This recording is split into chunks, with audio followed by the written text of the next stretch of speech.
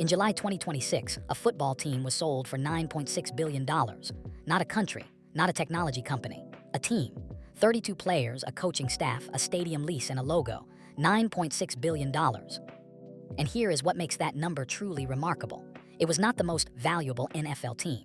It was not even close to the most valuable NFL team. The Dallas Cowboys are valued at $15.5 billion. The Los Angeles Rams at $12.7 billion. The New York Giants at $12 billion. The least valuable franchise in the league, the Cincinnati Bengals, is worth $7.4 billion.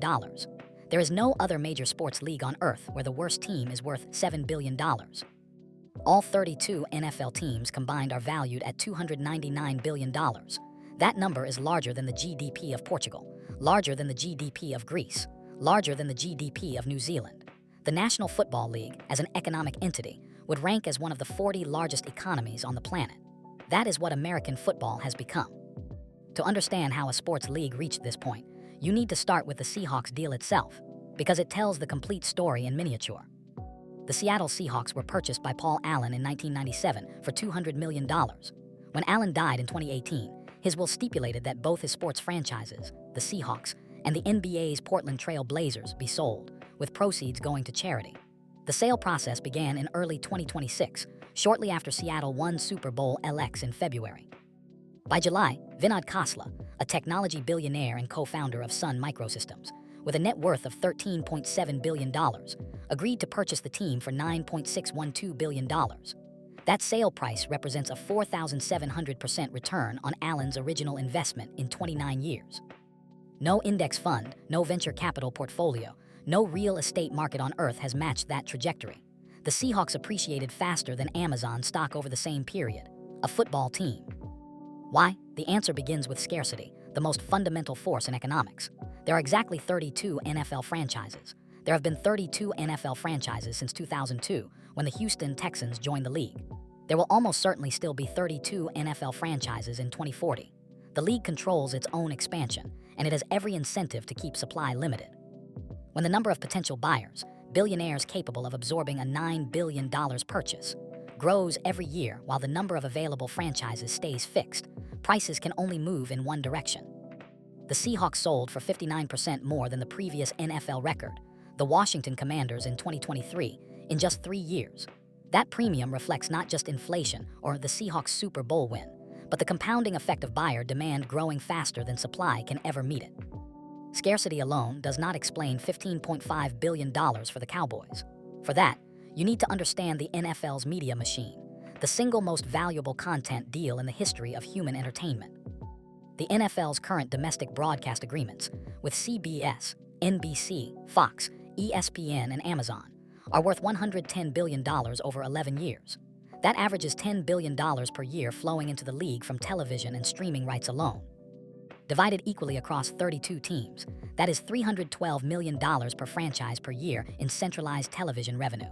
Before a single ticket is sold, before a single jersey is purchased, before a single sponsor logo appears on a stadium wall. The Green Bay Packers, the NFL's only publicly owned franchise, and therefore the only team required to publish its financials, reported $432.6 million in centralized revenue in the most recent season. That is the floor. Every team receives at least that amount simply for existing. And that $110 billion deal expires in 2032. The NFL is already preparing to renegotiate.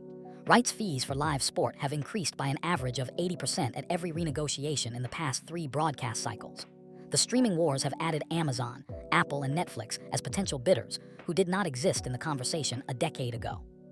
The next deal will almost certainly be worth more than $150 billion. Every team owner who holds a franchise between now and that renegotiation will watch their asset appreciate purely as a function of a contract. They do not need to negotiate themselves. This brings us to what I am calling the Cowboys paradox, perhaps the most revealing fact in all of sports finance. The Dallas Cowboys are the most valuable sports franchise on earth at $15.5 billion. They have not appeared in a Super Bowl since 1995. They have not won a playoff game since 2023. Their on-field performance, by any objective measure, has been mediocre for 30 years, and yet their value has increased by 141% in the past 6 years alone. Jerry Jones, the Cowboys owner since 1989, purchased the team for $140 million.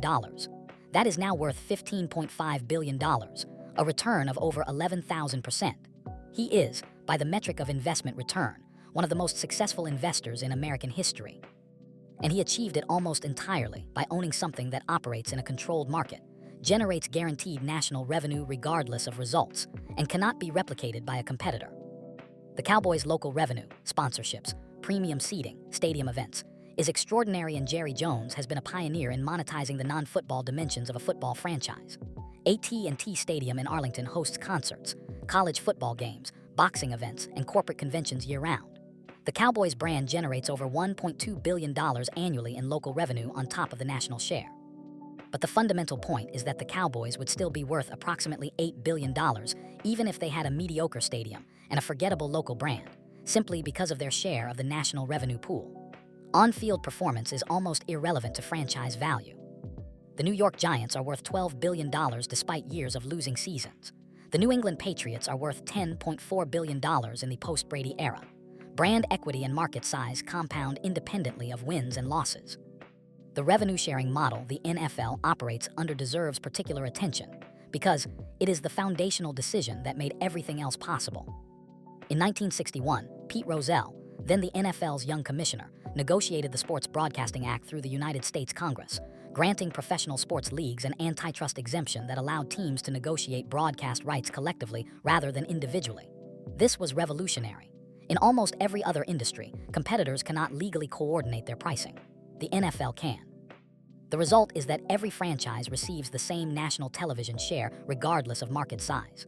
The Green Bay Packers in Wisconsin, a city of 110,000 people, receive identical national revenue to the New York Giants, serving a metro area of 20 million. That socialism of revenue, paradoxically, is what makes the Cowboys worth $15 billion.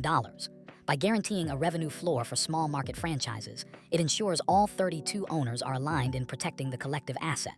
Nobody has an incentive to break away. Nobody can break away.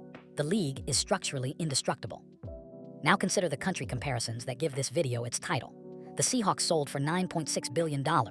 That is more than the annual GDP of Barbados, Belize, Guyana, or Suriname. The Cowboys at $15.5 billion exceed the annual GDP of Somalia, Montenegro, or the Maldives. All 32 teams combined at $299 billion approach the GDP of Finland. These comparisons are imperfect. GDP measures annual economic output, while franchise value is a capital asset.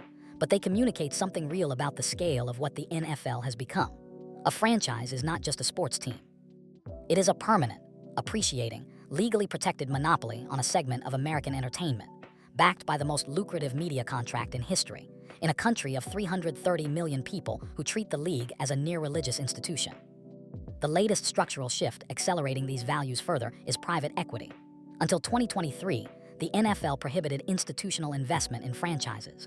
Owners had to be wealthy individuals or family groups. In 2023, the league voted to allow private equity firms to take minority stakes of up to 10% in teams. Since then, firms including Ares Management, Sixth Street Partners, and Arctos Sports Partners have all entered the NFL ownership structure. Private equity involvement does two things simultaneously.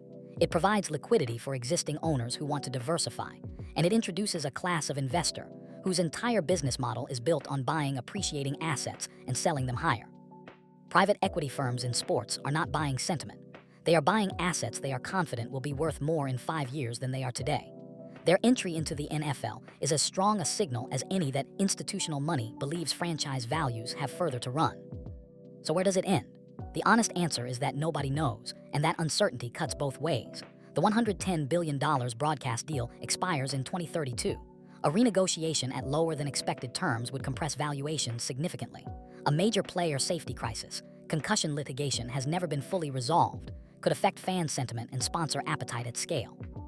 A recession that squeezes the discretionary income of the 70,000 people who fill stadiums every Sunday would hit local revenues hard. These are real risks, but they have been real risks for 30 years, and franchise values have compounded through every one of them. The more likely scenario, if history is any guide, is that the next Seahawks sale, whenever it happens, will make $9.6 billion look like the bargain of the decade. Paul Allen paid $200 million in 1997, and it sold for $9.6 billion in 2026. If that rate of appreciation continues, and there is no structural reason it should not, the next sale will be somewhere north of $20 billion. At that point, the least valuable franchise in the NFL will be worth more than the most valuable franchise is today. The NFL is not a sports league with a business model. It is a business model with a sports league attached. And right now, it is the most successful business model in the history of entertainment. Welcome to ExpertiseDive. Drop your thoughts below, and if you want us to dig into the economics of another sport, name it in the comments.